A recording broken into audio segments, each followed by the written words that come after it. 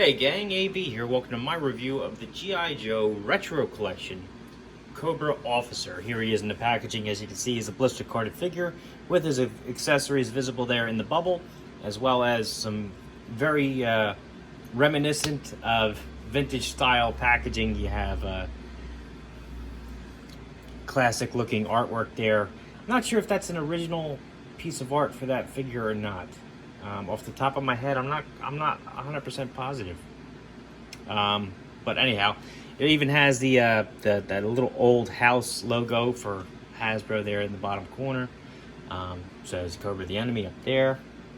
Flipping it over, back of the cards, you've got the cross sell for some of the other figures that were also available around this time. Whole bunch of legal stuff in several different languages, and then this file card up there in multiple languages as well. We'll have a closer look at that in a second. That's all I got to say about the packaging. Let's get the figure out. First and foremost, the file card, as mentioned. Normally I ask you to pause the video and read it yourself, but there's so little information here, I'll read it for you.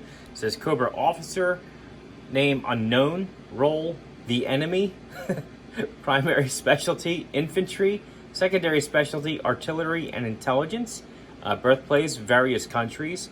Cobra officers are frontline fighters who lead Cobra attack units in battle, and that's as generic as you can get. Basically, if you've been watching my channel, you know I'm not a fan of the multilingual file cards. I think it's just a waste of space, and it's just unfortunate. Put it in comparison for you. Here's an original file card from the 80s. You can see it's actually smaller than the retro one, larger text, but has a hell of a lot more information. So we're missing out with these multilingual file cards. I won't get tired of saying it as long as it's there. It bothers me. Second, he also had this pack-in little leaflet, which I know is nothing but a waste of my time. I'm sorry to waste yours with it. Basically, it says choking hazard in 27 different languages. It says copyright Hasbro, Pawtucket, Rhode Island in several different languages, and blah, blah, blah, blah. So there's that. Here is the figure himself, and to start things off, we're going to look at his accessories first. I'm going to start with his little mortar cannon here. His artillery launcher, which is pretty cool. It is articulated here, but it comes undone very easily. It's just a simple peg and clip, which you clip on there.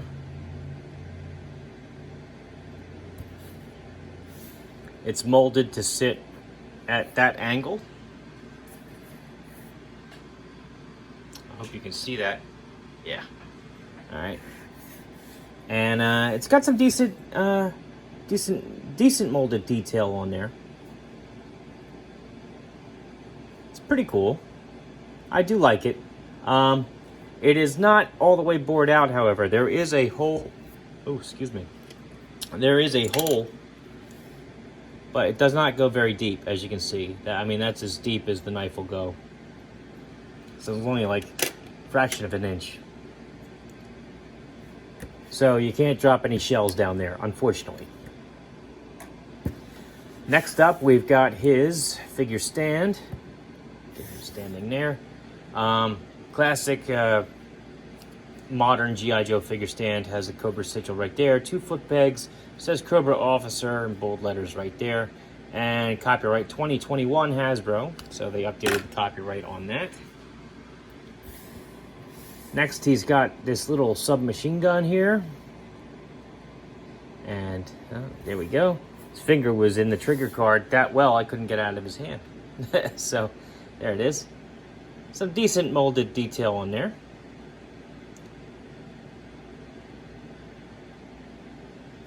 Looks pretty good. Extended magazine. Foregrip. Nice. He's got the rifle, which I believe is an AK-47, but if I'm wrong, I'm sure you'll correct me in the comments. banana clip there. And if I am wrong, please do correct me in the comments, because I don't want to misinform anybody, so let me know. Still, looks pretty good. Decent molded detail on it. He also has his sidearm here, which fits pretty snug in his thigh holster.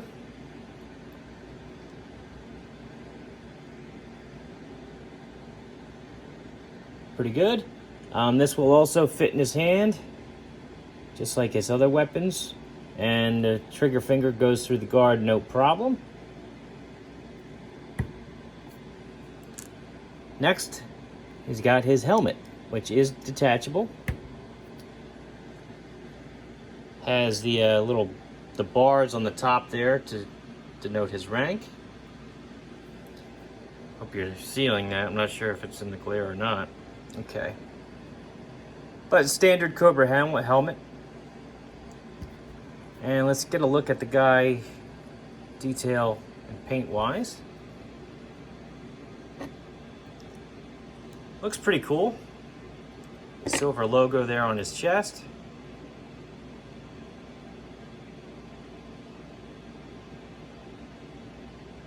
Most of him is molded blue or black.